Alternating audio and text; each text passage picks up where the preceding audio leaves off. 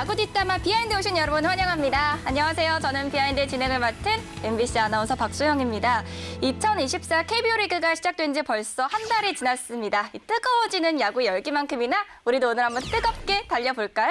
오늘 비하인드 함께 해주실 비하인드 군단 소개해드리겠습니다. 송재우, 박정권 해설위원, 정세영 기자, 그리고 오늘의 특별 게스트 류선규 전 SSG 단장님 모셨습니다. 어서 오세요. 반갑습니다. 안녕하십니까. 이번 주는 전 SSG 단장님, 류선규 단장님을 특별히 저희가 모셨습니다. 제가 듣기로는 근데 먼저 저희 비하인드에 나오고 싶으시다고. 아니, 제가 이게 비하인드 방송하기 전에 MBC 스포츠 플러스 PD 분하고 다른 얘기를 하다가 이 방송을 하게 되는데 출연할 생각 있냐? 그래갖고 저야 좋죠. 이렇게 얘기한 적이 있었습니다. 그때는 야구 중심인 줄 알았어요. 네, 비하인드인지 몰랐어요. 그럼 저희 방송은 한 번도 보신 적이 없으시고. 그 이후에 이제 며칠 전에 출연 제의가 있어갖고 그때부터 다 봤어요. 다시요? 네, 유튜브. 단장님이 거짓말하는 게 제가 이 방송을 나오고 나서 제가 좀 친한 사이라서 그런지 방송을 또 챙겨 보시더라고요. 그래서 또 얘기를 해주고 또 이렇게 모니터링까지 다 해주시고 왜냐면 욕심이 있으셨던 것 같습니다. 아니, 그게 아니고요. 그 정세영 기자 저 오랫동안 아는 사이인데 유튜브 지금 최근에 같이도 하고 있거든요. 근데 여기 일요일마다 이게 출연하잖아요. 여기 갔다 오면 이렇게 막 잘난 척을 하는 거예요. 저보고 이렇게 앉는다고 유튜브. 그래갖고 이거 계속 봤죠. 얼마나 잘하나. 네. 저희가 오늘 게스트분들도요, 특별히 단장님이랑 친분이 좀 두터우신 분들로 저희가 모셔봤습니다. 만족하시는지. 오히려 부담스럽죠. 고민하실 거예요. 예. 이제 두 분과는 평소 식사도 같이 하실 정도로 가깝다고 이제 저희가 들었고. 네, 며칠 전에 같이. 야구 얘기를 많이 하시나요, 그러면? 야구 얘기 했나요? 야구 얘기 뭐 조금 하죠. 네. 네, 조금 하는데 서로 이제 힘든 얘기하고 먹고 살기 어렵다. 얘기 많이들 하고 있습니다. 예. 박정권 위원님이랑요. 네. 또 이제 갑을 관계였다. 우리가 이렇게 얘기할 수도 있는 거잖아요, 사실. 지금도 갑을 관계가 맞고요. 제가 을이죠. 제가 을이고 항상 을이고 그때 제가 선수단에 있었을 때는 워낙 이 갭 차이가 너무 크다 보니까 좀 어려웠죠. 그러면 그때는 내가 말을 못했지만 지금은 말할 수 있다. 이런 에피소드 없을까요? 에피소드는 많죠. 먼저 하실래요, 먼저. 그거? 네, 먼저. 치킨집 갑니까? 네, 그나마 공개 가능한 에피소드. 2018년도에 시즌 중간에 그때 이제 단장님이 아니셨고 그때는 팀장님으로 그땐 계셨을 텐데 저희 집 앞으로 갑자기 오셨어요. 시즌 중반에. 그래가지고 아무 생각 없이 나갔죠. 나갔는데 은퇴를 종용을 하시는 거였는데 시즌 한참 중에 그래서 굉장히 당황했던 기억인데 그걸 뭐 한 말씀 한번 해주시죠. 양쪽 얘기를 들어봐야 되는 거니까요. 단장님. 네, 우선은 저는 을이고요. 저 갑은 절대 아닙니다. 한 번도 갑이 돼본 적이 없어요. 18년 8월쯤에 그때 박정권 선수가 한창 야구를 못 해갖고 2군에 있을 때였거든요. 2군에 있어갖고 그때 단장님이 제가 이제 그 당시에 이제 전략 육성 팀장이라서 이제 박정권 선수를 만나서 은퇴를 권유해라 이런 이제 오더를 받고 제가 만나러 갔죠. 그래서 저도 예우를 차리는 차원에서 집 앞에 치킨집에서 만난 거예요. 이제 좀 설득을 해보려고 했는데 오히려 설득을 당했습니다. 선수한테? 네, 그때 박정권 선수가 너무 절실한 거예요. 야구를 계속 하고 싶다고. 그래서 제가 거의 감동받아갖고 다음날 제가 저기 구단 사무실 가서 단장님한테 한 번 더 기회를 주시죠. 그 얘기까지 맞아요. 그 얘기까지 맞는데 좀 간단하게 또 말씀드리자면 2018년도에 만났잖아요. 네. 시즌 중 8월에 만났는데 제 계약 기간은 19년까지였어요. 이게 팩트입니다. 은퇴를 안 하기로 하고 난 다음에 그게 성공적이었던 게 그해 플레이오프 때 그리고 한국 시리즈에서 박정권 선수가 홈런을 치면서 그때 우승을 하는데 상당히 크게 기억을 했던 그 기억이 떠오르거든요. 지금까지 회자가 되고 있죠. 네, 그럼요. 아니, 그래서 저도 그 장면이 지금도 기억이 생생한데 제가 이제 백넷 뒤에서 야구를 보고 있었거든요. 근데 9회 말에 끝내기 홈런을 치는 거예요. 그래서 박정권 선수가 베이스를 돌고 이렇게 홈으로 들어오는데 저도 막 눈물이 나려고 하는 그때 거예요. 막 치킨집 그게 생각이 나는 거. 그렇죠. 그렇게 해서 박정권 선수가 이제 어디 막 가리키면서 막 이렇게 좋아하더라고요. 어디를 가리키신 거예요? 그래서 저도 저를 가리켰나? 근데 보니까 와이프를 가리킨 거예요. 그리고요, 또 송재호 위원님과는 추신수 선수 에이전트와 단장 관계로 만났다고 제가 들었는데 사실 이 관계도요, 또 이 관계만큼 그렇게 막 매끄럽지만은 않은 관계잖아요, 사실. 아니, 상당히 어떠셨는지. 매끄러웠고요. 뭐 굳이 표현을 하자면은 이제 슈퍼갑과 슈퍼을의 그냥 만남이었다 이렇게 보시면 됩니다. 그래서 매끄러웠다. 그럼요. 왜냐하면 그 확실하게 구분이 되기 때문에 이 자리에 제가 와 있어서 다행이에요. 너무 사실이 아닌 얘기를 하시는데요. 송재호 해설위원과 송재호 에이전트는 전혀 다른 사람입니다. 다른 분이었어요. 왜 제 경력을 끝내려고 그러시는 거죠? 제가 거의 한 5번, 6번 만난 것 같은데 거의 그냥 반 이상은 제가 혼났어요. 그러니까 좀 마음에 안 드시는 거예요. 제가 이렇게 막 오퍼하거나 여러 가지에 대해서 마음에 안 드셔갖고 막 혼내갖고 제가 송 위원님한테 계약하고 나서 위원님 저기 앞으로 에이전트 하지 마시라고 이렇게 하시면 안 된다고. 그럼 아까 말씀하셨던 슈퍼갑이 송재호 위원님이 그렇죠. 슈퍼갑이셨던 그러니까 그게 저희 뭐 만난 횟수라든가 이런 걸 감안하면은 상당히 부드럽게 되지 않았나라고 저는 믿고 있습니다. 그러신 거 아닌가요? 제일 안 부드러웠어요. 여러 정말 수많은 단장님들이 있었는데 저희가 특별히 또 류성규 단장님을 모신 이유가 있습니다. 모소개글에 평범한 야구팬에서 시작해 프로야구단 단장까지 오른 입지전적인 인물이다. 전 이게 너무 궁금하더라고요. 어떤 인물인가요? 일단 LG 야구단 입사 스토리가 재밌는데요. 이 공군 장교로 복무할 시절에 PC통신이 예전에 있었거든요. 여기에서 마이LG라는 필명으로 활동을 했는데 분석적인 글도 매력적이지만 아주 악플을 엄청나게 썼다고 합니다. 그래서 구단에서 예의주시하는 인물이었고요. 사장까지 보고가 들어갔고 결국 이 인재를 영입하라라는 지시로 1997년에 LG 야구단에 입사합니다. 그 좋은 말만 했거든요, 저는. 그 좋은 말이 악플입니다. 네, 이제 야구 팬에서 시작해서 구단 단장까지 역임하신 분이기 때문에요. 정말 다양한 이야기, 정말 다양한 비하인드가 나올 것 같은데요. 저희가 비하인드 이슈에서 다뤄보도록 하겠습니다. 오늘의 주제 만나볼까요? 어메이징 류 베스트 앤 워스트, 내가 뽑은 최고의 라인업, 오심 은폐 심판 중징계, 외국인 맛집 NC 비결은 이렇게 주제 가지고 와봤습니다. 첫 번째 주제는 어메이징 류 베스트인데요. 정말 내가 잘했다 한 계약이나 영입 이런 것들 한번 꼽아볼까요? 저는 1번으로 놓고 보면은 김광현 선수. 김광현 선수. 그 당시에 세인트루이스하고 2년 계약이 이제 만료되는 상황이었는데, 근데 그때 때마침 메이저리그 파업이 있어갖고 겹쳐갖고 좀 운이 좋았죠. 김광현 선수 영입이 그 전해부터 좀 이렇게 추진을 했던 상황이었거든요. 결국에 이제 3월에 결실을 맺어갖고 그에 우승하게 된 거죠. 그냥 우승도 아니고 와이어 투 와이어 통합 우승. 근데 그게 가장 최고의 베스트 계약이라고 생각합니다. 근데 이렇게 모든 계약이 해피엔딩이면 너무 좋겠지만 좀 쓴소리도 들었다 하는 계약도 있었을 텐데. 단장 때죠? 조심스럽네요. 그냥 단장. 궁금한데요? 단장 아니라도 상관없죠. 네네. 네. 그러면 정 기자님 잘하실 것 같은데. 이재원 선수 이름이 나와요. 제 입으로 말을 못하겠습니다. 네. 말씀해 주세요. 이재원 선수는 2018년 우승하고 나서 이제 FA로 풀린 게 최정 선수하고 이재원 선수 두 명이 풀렸잖아요. 근데 두 명 선수 다 저희가 잡아야 될 선수잖아요. 놓칠 수 없는 선수인데 그때 이제 운영팀장하고 저하고 제가 그때 전략 육성팀장이었는데 한 명씩 계약을 하자. 한 사람이 두 명을 계약하기 어렵다고 판단을 하고 제가 우선권을 줬죠. 운영팀장한테. 먼저 골라라. 그 운영팀장이 최정 선수를 픽을 했어요. 그래서 네, 이재원 선수를 했는데 이재원 선수를 놓치면 저희가 대안이 없는 거예요. 포수가 없거든요. 근데 다음에 이제 우승 후보니까 2연패를 할 수 있는 상황이기 때문에 정말 절체절명의 상황이라고 생각하고 열심히 해서 계약했죠. 근데 그건 워스트가 아니잖아요. 그러니까요. 더 그런데. 말씀을 해주셔야 되는데. 뭐 결과는 다 아셔갖고. 이재원 선수가 그때 당시 이제 풀 개런티 계약을 했습니다. 옵션이 없는. 그 이후에 이제 이재원 선수의 성적이 상당히 좀 떨어지면서 단장님이 이제 많은 비난의 목소리를 좀 들었던 이런 기억이 있습니다. 박정권 의원님이랑 치킨집 그 스토리도 그렇고요. 이제 단장으로서 선수들을 많이 배려했던 좀 이제 해자로운 그런 단장님이셨을 것 같은데 맞나요? 그렇죠. 그런데 그건 있었어요.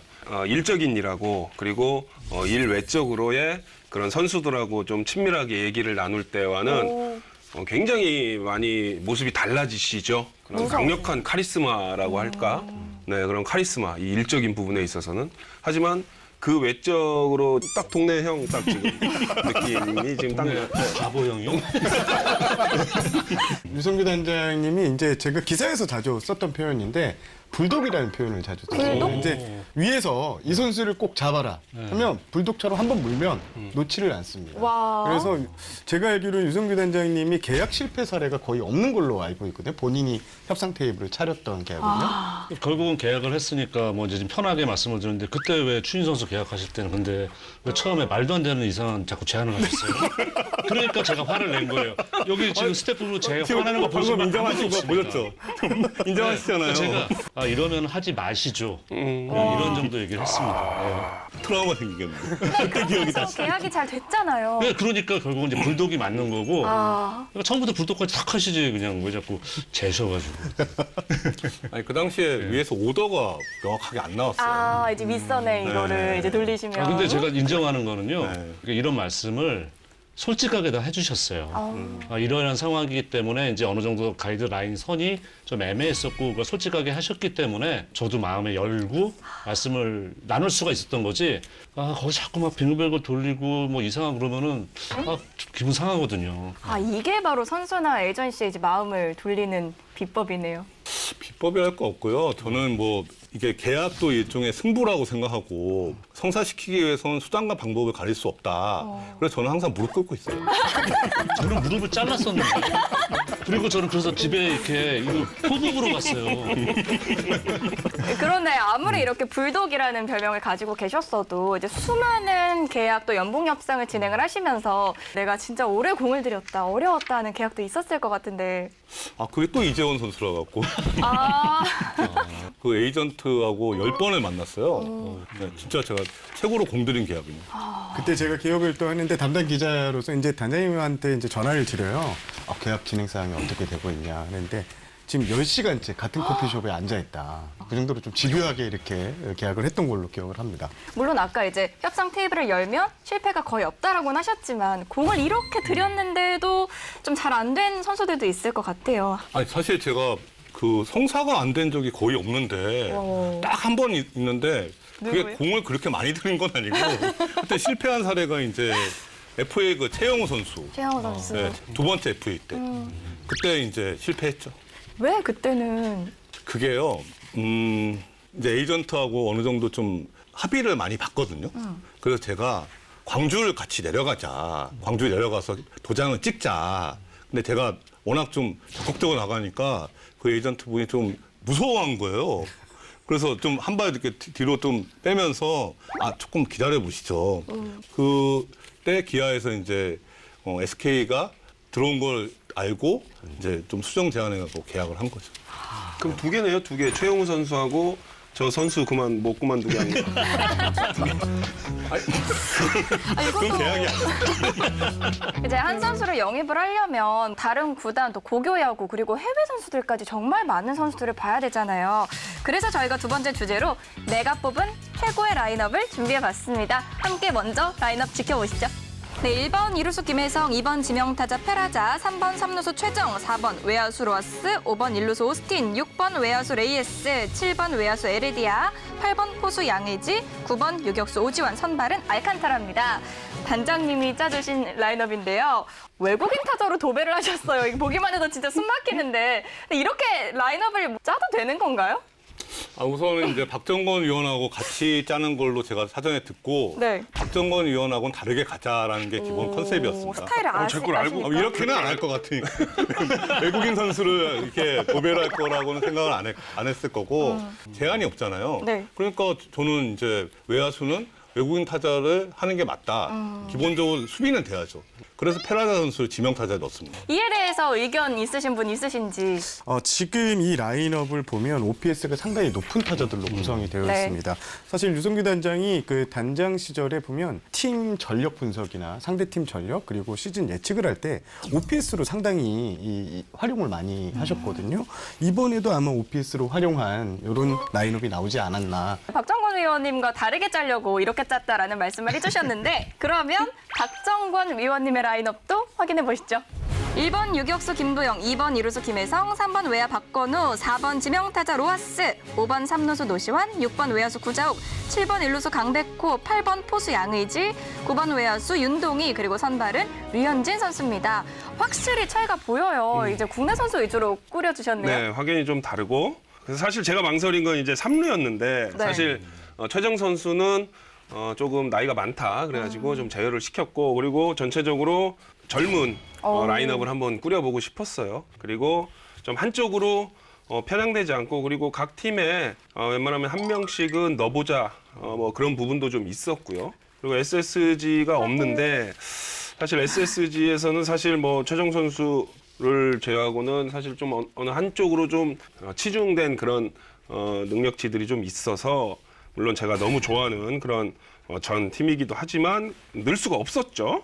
늘 수가 없었고 그리고 수비 일단 제일 우선순위로 넣고 라인업에 있는 타자들이 모두 이제 정확성이라든지 장타력이라든지 뭐 주력도 마찬가지고요. 조금 빈 공간이 없게끔 한번 이런 라인업을 한번 짜봤습니다. 근데 제가 자세히 보니까 유격수가 김도영 선수예요. 그렇죠. 사실 노시환 선수하고 김도영 선수를 좀 고민을 했는데 김도영 선수는 사실 유격수를 계속 했었죠. 그리고 김도영 선수를 유격수를 하는 그런 원하는 그런 팬분들도 굉장히 지금 많다고 생각을 하는데 임의대로 짜는 거기 때문에 유격수에 김도영 선수를 한번 넣어놨더니 라인업이 괜찮게 완성이 됐어요 지금. 네. 그리고 외야수에 또 윤동희 선수가 들어가 있거든요. 윤동희 선수의 뭐 정확성이야 뭐 수비 되고요. 네, 주력 되고요. 지금 뭐 초반에는 살짝 부진하긴 하지만 그래도 윤동희 선수의 그런 능력치를 전혀 의심의 여지가 없기 때문에 네, 중견수도 충분히 지금 잘 하지 않을까. 그리고 뭐 코너 외야는 구자욱 선수, 박건우 선수. 빈틈이 없다. 빈틈이 없죠. 이 부분에 대해서 어떻게 생각하시는지 단장님 얘기 좀 들어볼까요? 아니 각구단 안배를 하는 걸 봐서는 KBO 기술위원 가려고 하는 거 아닌가. 아닙니다. 제가 볼 때는 네. 전 지금 순간적으로 얘기를 가만히 들으면서 새로운 국가대표님 감독님이 지금 기자 인터뷰를 하면서 이렇게 선수 구성을 했습니다라고 설명하는 그런 느낌을 강하게 받았어요. 흑심이 있다는 거잖아요. 아니 뭐 혹시 아니죠. 그건 좋은 꿈이죠. 네, 예. 전 단장님 흑심이 아니고요. 굉장히 객관적이고 제 나름대로는 한 시간 이상은 고민을 했거든요. 한 시간 이상 고민을 한 끝에 나온 이 라인업입니다. 지금 이게. 제가 2022년 항저우 아시아게임 예, 야구대표 때 기술위원회에 있었는데요. 그때 꿈의 라인업이 저희가 계획하고 예상했던 라인업하고 거의 비슷한 그렇죠. 예. 예. 정말 꿈의 라인업인데요. 이쪽은 뭐 WBC에서, 이쪽은 올스타전에서라도 우리가 이런 꿈의 라인업 만나볼 수 있기를 기대해보면서 저희는 다음 주제로 넘어가 보겠습니다. 최근에 야구계를 뜨겁게 달궜던 오심 은폐 사건 이야기인데요. 당시 ABS 판정에 대해서 잘못 말한 걸 은폐하려는 대화가 그대로 중계방송에 나가면서 논란이 됐었죠. 우리가 빨리 그거밖에 없는 거예요. 우승은 골이야. 알았죠? 지지거리고 볼 겠다.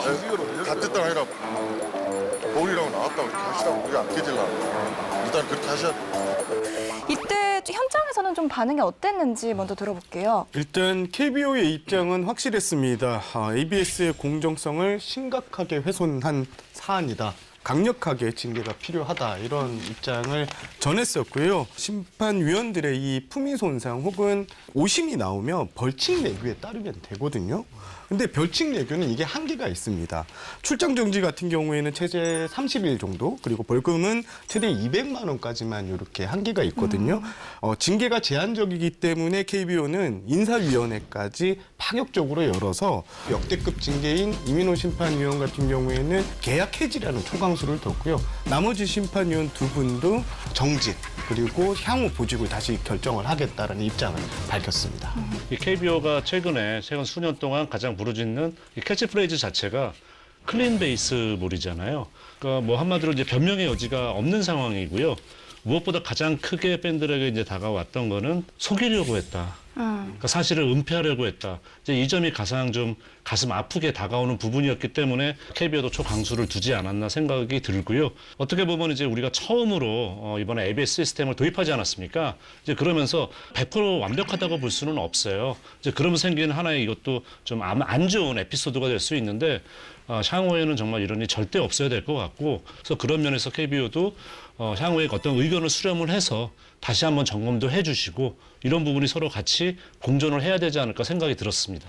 이 ABS가 처음 도입된 게 일관된 스트라이크 존을 위해서 도입이 됐잖아요. 그때 심판분들의 반응이 어땠는지는 우리가 많이 얘기를 안 해봤던 것 같은데. 일단 심판진 분위기는 의외로 찬성이 좀 많았습니다. 이게 올해부터 갑자기 시작된 제도가 아니거든요. 2군에서 4년 동안 이 시범 운영을 거쳐서 심판들의 심리적 부담감이 좀 많이 줄어있던 상황이었습니다. 그리고 심판들이 최근에 스트라이크 볼 판정에 대한 부담이 좀 상당했습니다. 뭐 누구 스트라이크 존이 더 좀 이상하고 이런 게 공개가 되면서 심판들이 부담이 컸는데 부담이 좀 확 줄었다 이런 얘기까지를 했고요. 다수가 반기는 분위기였다고 이렇게 보시면 될 것 같습니다. 제가 또 현장에서 초연까지 있었지만 지금까지는 사실 뭐 눈에 띌 만한 그런 신경전, 선수와 심판 간의 그런 신경전은 나오지 않고 있어요. 일단 그런 것만 하더라도 일단 ABS 도입은 성공적이라고 보고 사실 서로 민감한 상태에서 경기를 하잖아요.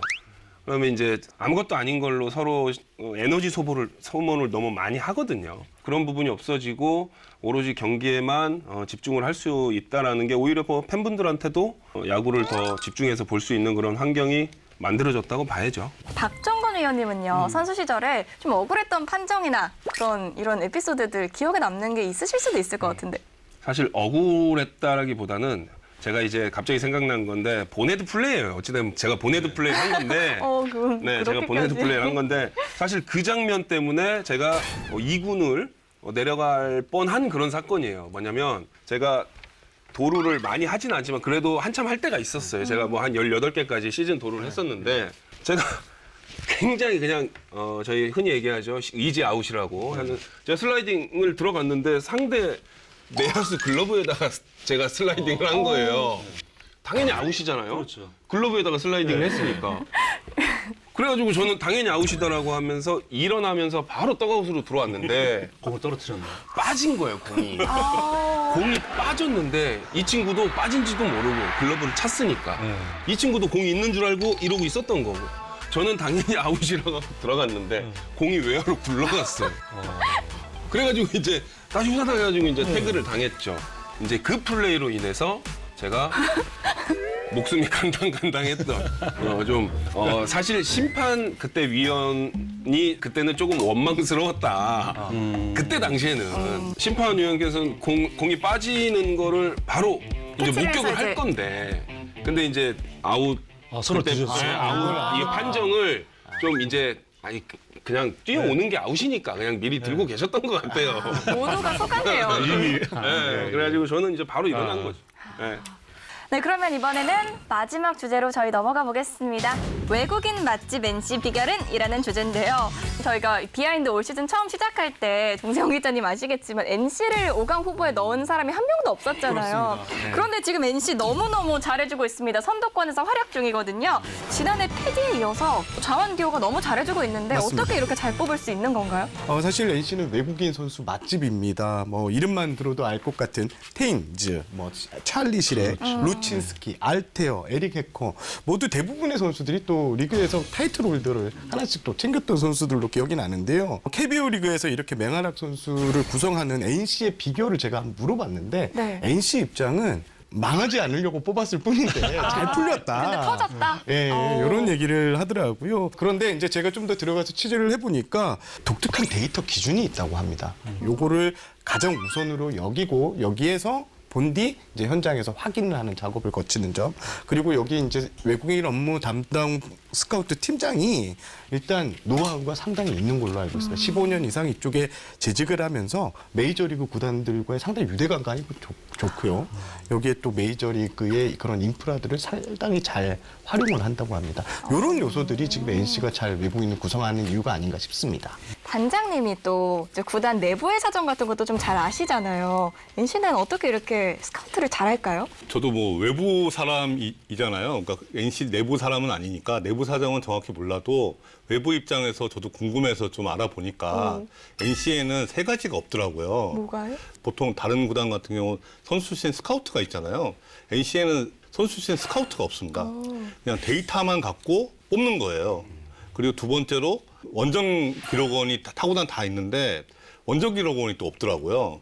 NC는. 그리고 마지막으로 대부분 구단이 보면 더가웃에 기록원이 있으면서 정성평가를 하거든요. 고온도 평가라고 할 수 있는데 이제 불펜에서 몸을 3번 풀면은 한 번 출전한 걸로 인정해 주거나 다이빙 캐치에서 호수비하면은 고가 점수를 더 주거나 이런 거는 사람이 해야 되거든요. 기록에 남지 않는. 기록에는 안 나오는 것들. 것들이잖아요.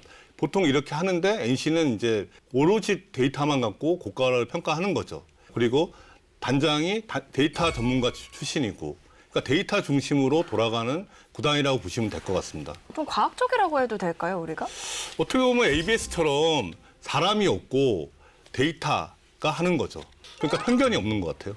과거 이제 어떻게 보면 이제 2000년대 초반이죠. 그 오클랜드 어슬레틱스의 빌리빈 지금 이제 부사장입니다만 당시 단장이 본인도 사실 1라운드 지명됐던 선수 출신임에도 불구하고 철저하게 데이터 야구를 했어요. 그리고 대졸 선수를 더 그러니까 좀 선호를 한 거죠. 그러니까 고등학교 선수는 아직 어린 나이고 경기 수가 절대적으로 많지 않기 때문에 이 선수들 기록은 잘 보질 않습니다. 근데 지금은 물론 바뀌었어요. 그렇게만은 하지는 않습니다. 근데 우리가 NC의 그런 시스템이 조금 이해가 되는 게 아무래도 미국의 선수풀이 훨씬 더 두텁죠. 우리보다. 두텁다 보니까 그런 좋은 데이터를 가진 선수들이 메이저리그에 못 올라가는 선수도 상당히 마이너리그에 많아요. 잘하는데도. 그렇죠. 그러니까 그렇게 데이터를 가지고 뽑아낼 수 있고 또 이런 선수들이 올라갈 가능성이 적거나 혹은 올라가도 내가 오랫동안 뛰기 어렵다 또는 막혀있다. 이런 선수들이 있거든요. 아마 그런 쪽으로 집중해서 본다면은 외국인을 뽑는 데는 조금 용이할 수도 있는 시스템이 될 수도 있을 것 같아요. 사실 뛰어난 선수는 누가 봐도 뛰어난 선수잖아요. 그러니까 모든 구단이 동시에 눈독을 들일 것 같은데 여기서 우리 구단이 이 선수를 데려오려면 그 비법이 있어야 될 것 같거든요. 단장님은 그걸 잘 하셨잖아요. 더 잘하지 못했는데. 비법 알려주세요. 잘했으면 뭐 지금 NC처럼 잘한다고 했겠죠. 아니, 비법이라는 것보다는 SK나 SSC는 조금 오래 기다리질 않았어요. 사실. 나중에 하다가 선수 없으면은 이게 망할 것 같다고 생각해갖고 조금 빨리 한 경우가 좀 많았는데 이게 몇몇 구단들 좀 계속 기다리더라고요. 기다려갖고 좋은 선수를 기다린 게 비법이라면 비법일 수 있지 않나 싶습니다. 기다리는 것이 비법이다. 네, 저희는 못 기다렸습니다. 그러면요. 그리고 또 박정건 의원님이 보시기에 현재 지금 리그에서 뛰고 있는 외국인 투수들 중에 좀 눈에 띄는 투수가 있나요? 저는 기아 타이거즈의 네일 선수. 네일 선수. 네, 많은 분들이 생각을 그렇게 하고 있죠, 또. 실제로 모 감독님이 네일 선수의 스위퍼를 보고 이거 어떻게 치냐고 할 정도로 지금 스위퍼가 작년에 패디 선수만큼 오히려 패디 선수보다 더 KBO 리그의 맞춤형 스위퍼다. 패디는 조금 더 이렇게 횡적으로 많이 휘어지는 그런 스위퍼, 전형적인 스위퍼라면 네일 선수 같은 경우는 물론 이제 옆으로도 휩니다만은 종적인 변화를 좀 볼 수 있는 그런 스위퍼를 던지는데 타자들이 그 무브먼트를 읽기가 너무 힘들 것 같아요. 그렇죠, 그렇죠. 우타자 몸을 거의 관통하듯이 들어온단 말이죠. 타자가 봤을 땐 스트라이크. 하지만 네일 선수의 손에서 공이 떠났을 때는 타자는 볼이죠. 그래서 배트가 나갈 수가 없는 거죠. 타자는 놓는 순간은 손은 스타트가 돼야 되거든요. 그래야 타이밍이 어느 정도 맞아 떨어지는데 이게 놓는 순간 볼이기 때문에 타자 스타트가 안 되는 거예요. 들어오면 지켜볼 시간이 스트라이크. 없다. 그렇죠. 스위퍼에 또 투심까지 마찬가지예요. 투심도 굉장히 커요. 꺾임이 굉장히 크기 때문에 그래서 타자들은 다 본인만의 존이 있기 마련인데 네일 선수는 존을 키워야 돼요. 그렇게 타자들이 접근을 하기 때문에 확률이 타자들이 확실히 떨어질 수밖에 없는 거죠. 단장님께 또 한번 제가 조심스럽게 여쭤보고 싶은 게 있는데 우리가 좀 공을 들여서 데려오려고 했는데 그러면 못 데리고 온 외국인 선수가 있었을까요, 그때? 대부분 모르시는 내용인데 클리스 플렉센 그 선수를 데리고 오려고 계속 접촉하고 있었거든요. 근데 이 선수가 일본에서도 관심이 있었어요. 근데 에이전트 말로는 한국 구단이 하나가 더 있다는 거예요. 그래서 저희도 계속 기다리다가 너무 기다리면 이거 지금 선수 없을까 봐 그런 상황에서 닉 킹엄 선수가 나온 거죠. 그래서 킹엄 선수를 계약을 하면서 빠른 계약, 아까 말씀하셨던.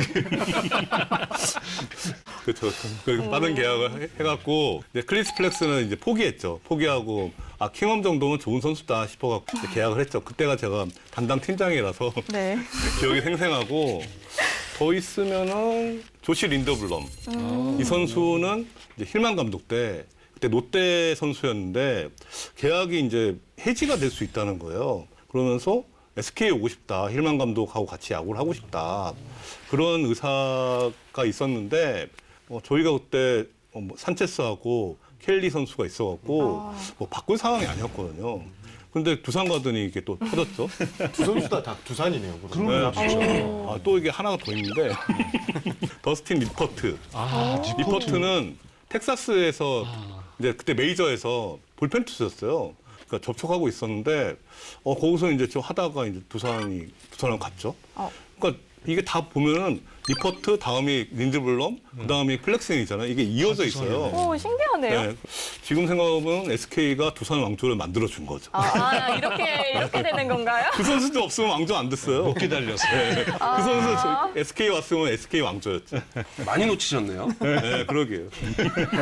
저희가 지금 외국인 투수 맛집 NC에 대해서 계속 얘기를 나눠보고 있는데요. NC 하면 사실 또 KBO에서 메이저리그로 역수출하는 그런 사례가 굉장히 많았던 구단으로 우리가 많이 알고 있잖아요. 이런 사례들 또 다른 구단에도 많이 있죠. 현재까지는 가장 성공한 사례는 역시 메릴 켈리 선수를 꼽아야 될 것 같습니다. 2019년도에 애리조나 다이몬드 계약하고 그때만 하더라도 물론 국내에서 켈리 선수가 상당히 좋은 활약, 좋은 성적을 남겼어요. 근데 이렇게까지 잘 될 거라고 생각 아무도 못했죠. 그러니까 지금은 확실하게 팀 애리조나 다이몬드백스의 2선발로서 자리를 잡고 있고요. 국내에 있을 때보다 커맨드가 더 정교해졌어요. 정말 흔히 얘기하는 그 보더라인 피치의 거의 달인 수준입니다.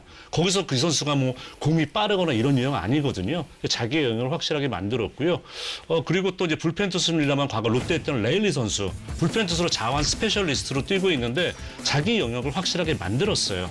그래서 지금도 이제 뉴욕 매치에서 좋은 선수라고 볼 수가 있고 야수 가운데는 그래도 아무래도 에릭 테임스 선수가 2년 동안 정말 홈런 타자로서 역할을 했습니다만 그 후에 좀 급격히 좀 기량이 좀 떨어지면서 아쉽게 사라지긴 했습니다만은 이렇게 성공 사례가 많이 나와줄수록 또 KBO 리그도 그쪽에 자연스럽게 소개가 될 수 있기 때문에 지금 빼디 선수도 괜찮은 상황이잖아요. 시카고 화이트삭스 물론 하위권 팀입니다만 지금 2선발 역할 잘하고 있거든요. 이런 사례가 좀 더 많이 나왔으면 하는 좀 바람을 가져보는 거죠. 역수출의 선구자로 불리는 켈리 선수, 테임즈 선수 같은 경우에는 국내 리그를 찾으려는 외국인 선수에게 약간 카운셀링을 엄청 잘해준다고 합니다. KBO 리그를 갔을 때 여기서 부족한 부분을 채워서 나처럼 다시 금이안양할 수 있다. 이런 얘기들을 상당히 많이 해줘서 외국인 선수들이 국리를 두드릴 때 항상 이 선수들 혹은 이 선수들의 에이전트를 거쳐서 이렇게 자문을 받는 이야기도 들었습니다. 이게 또 KBO 수준이 또 밖에서 봤을 때 더 올라가는 계기도 될 수가 있고요. 뭐 KBO에서 성적을 낸 선수에 대해서는 사실 조금 뭐 의심의 눈초리도 있었잖아요. 하지만 이제 이런 선수들이 성과까지 내주면서 저희 KBO의 어떤 생각하는 그런 수준들이 저는 좀 많이 올라갔다고 보고 있어요. 그 선수들로 인해서. 네, 우리 리그의 위상을 좀 높여줄 수 있는 선수들이네요. 네 그렇죠. 그래서 그런지 저는 뭐 지금 메이저에서 활약하고 있는 이정우 선수나 김하성 선수 같은 선수들이 이제 활약을 해주는 것도 좋지만 KBO에서 뛰었던 외국인 선수들이 그런 큰 무대에 가서 활약해주는 걸 보면 왠지 친근해서 그런지 뿌듯하고 좋더라고요. 앞으로도 그런 선수들 계속해서 더 많이 나오기를 기대하겠습니다. 네, 이어서 지난주 커뮤니티에서 가장 핫했던 장면들을 모으는 시간이죠. 야잘잘, 야구 제잘제잘 지금 만나보시죠.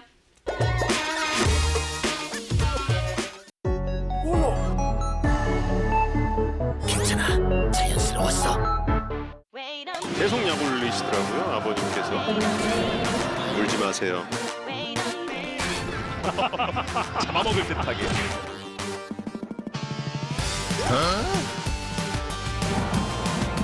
쓰리볼 타격을 가져가 봤습니다. 야, 쓰리볼에서 스네코가 한 번. 원앤원. 쪽 모서리답게 스트라이크. 멍청이 선수가 지금. 이거 저 여기에 찍혔는데. 이건 너무한 거 아니냐고. 심판한테 이야기를 했거든요. 근데 심판이 난 귀에 들리는 것만 전달했을 뿐이다. 깊게 빠졌습니다. 하지만 스트라이크 콜을 받았어요. 그러네요. 역으로 본인이 놀라는 모습이었습니다.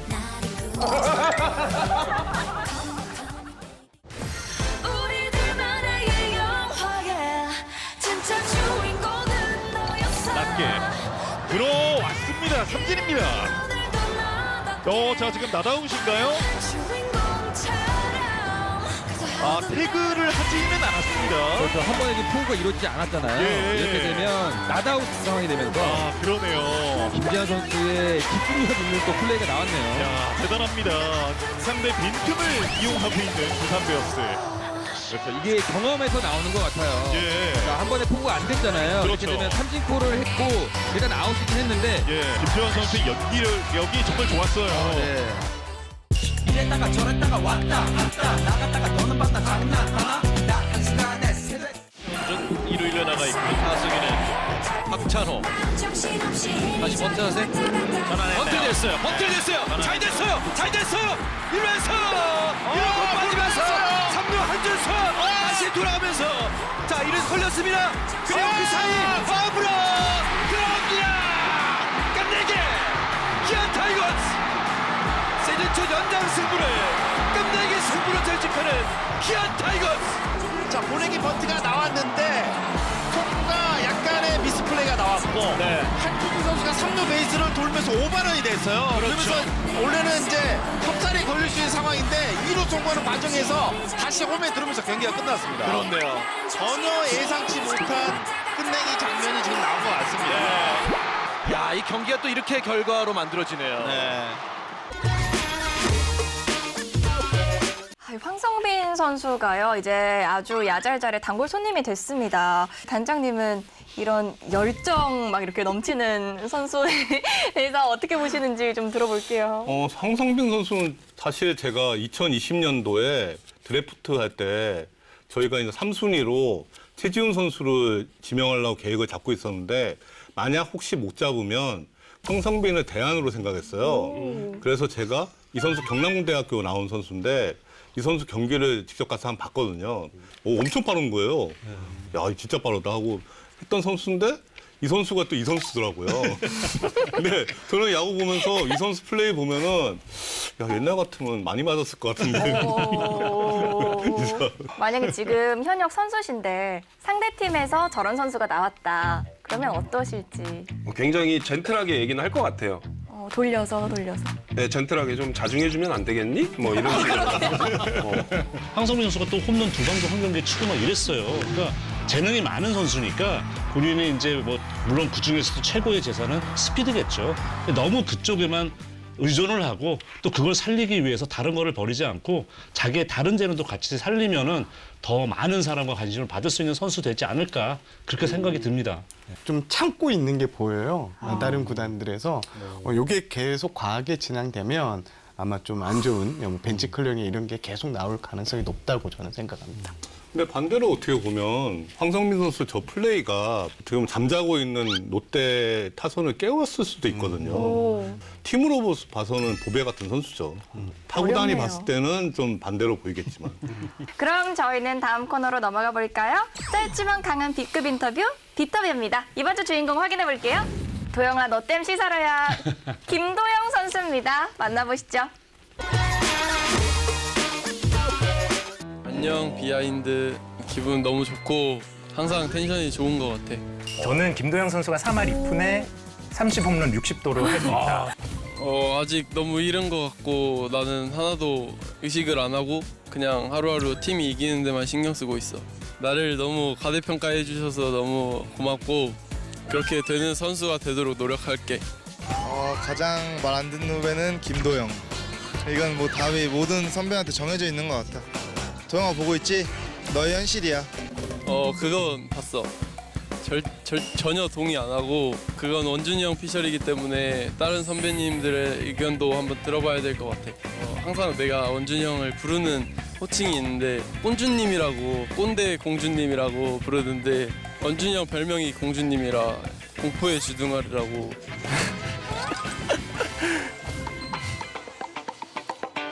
기분이 좋으면서도 좋지 않은 약간 그런 날인 것 같아. 있어 그런 날. F야? 맞아. 근데 진짜로 그런 날이 있는 것 같아. 팬분들이 요즘 잘한 날에만 샤워를 오래 하는 줄 아는데 나는 항상 샤워를 오래 한다는 걸 좀 알아줬으면 해. 들어본 적은 있지. 근데 아이돌보단 광주의 야구 선수라고 생각해줬으면 해. 나의 야구에 대한 플레이를 되게 좋아하시는 팬분들한테 너무 감사드리고 얼른 보답해야겠다는 생각이 좀 많이 드는 것 같아. 다음 순서는요. 화제가 되는 두 선수를 1대1로 맞대결시키는 비하인드 배틀입니다. 이번 주 주인공 누군지 만나볼까요? 김도영 대 문동주, 문김대전의 두 선수입니다. 지금 KBO 리그를 대표하고 있는 두 선수라고 해도 과언이 아니죠. 2022년 같은 해 그리고 같은 광주에서 나온 정말 거물급 유망주라고 우리가 표현을 하잖아요. 그래서 문김대전이란 말도 나왔습니다. 그렇습니다. 2021년 여름 고교 3학년이던 두 선수가 기아의 지역연고 1차 지명을 누가 받을지 이게 누가 경쟁을 받느냐. 했는데요. 일단 제2의 이종범이라고 불리는 광주 동성부의 김도영 선수, 그리고 150km 후반대 공을 던지는 당시 고교 최고 투수 광주진흥고의 문동주 선수가 경합을 했는데요. 결국 기아는 고심 끝에 제2의 이종범, 김도영 선수를 1차 지명으로 뽑았고요. 전국구 1차 지명 신인 드래프트 1순위권을 가지고 있었던 하나가 문동주 선수를 영입하게 됐습니다. 그 당시에 단장 시절이셨잖아요. 네네. 그때 이제 두 선수 주목도가 좀 어느 정도였는지 기억이 나시죠? 어마어마했죠. 저희가 그때 때마침 전년도에 9위를 해갖고 사실 지금 앞에서 찍을 수 있었는데 네. 이게 한 칸만 조금 앞에 있었으면 하나가 조금 더 뒤에 있었어가지고. 네, 한 칸만 앞에 있었으면 그 나오는 선수 아무나 데려가도 좋거든요. 네. 너무 아깝더라고요. 사실 네. 이 지명이 네. 나오고 난 네. 다음에 김대용 선수가 잔 부상이 시달리면서 조금 주춤한 반면 문동주 선수는 1위매부터 또 신인왕까지 거머쥐면서 이 대결의 승자는 또 문동주 선수 되는 게 아니냐라고 했다가 분위기가 특히 올해는 김대용 선수가 지금 30홈런 60 도루 페이스로 활약을 해주니까 이 드래프트를 두고 어느 게 더 좋은 픽이었냐 말이 계속 나오고 있는 상황입니다. 두 선수 성적과 맞대결 성적까지도 저희가 준비를 해봤거든요. 확인해 볼까요?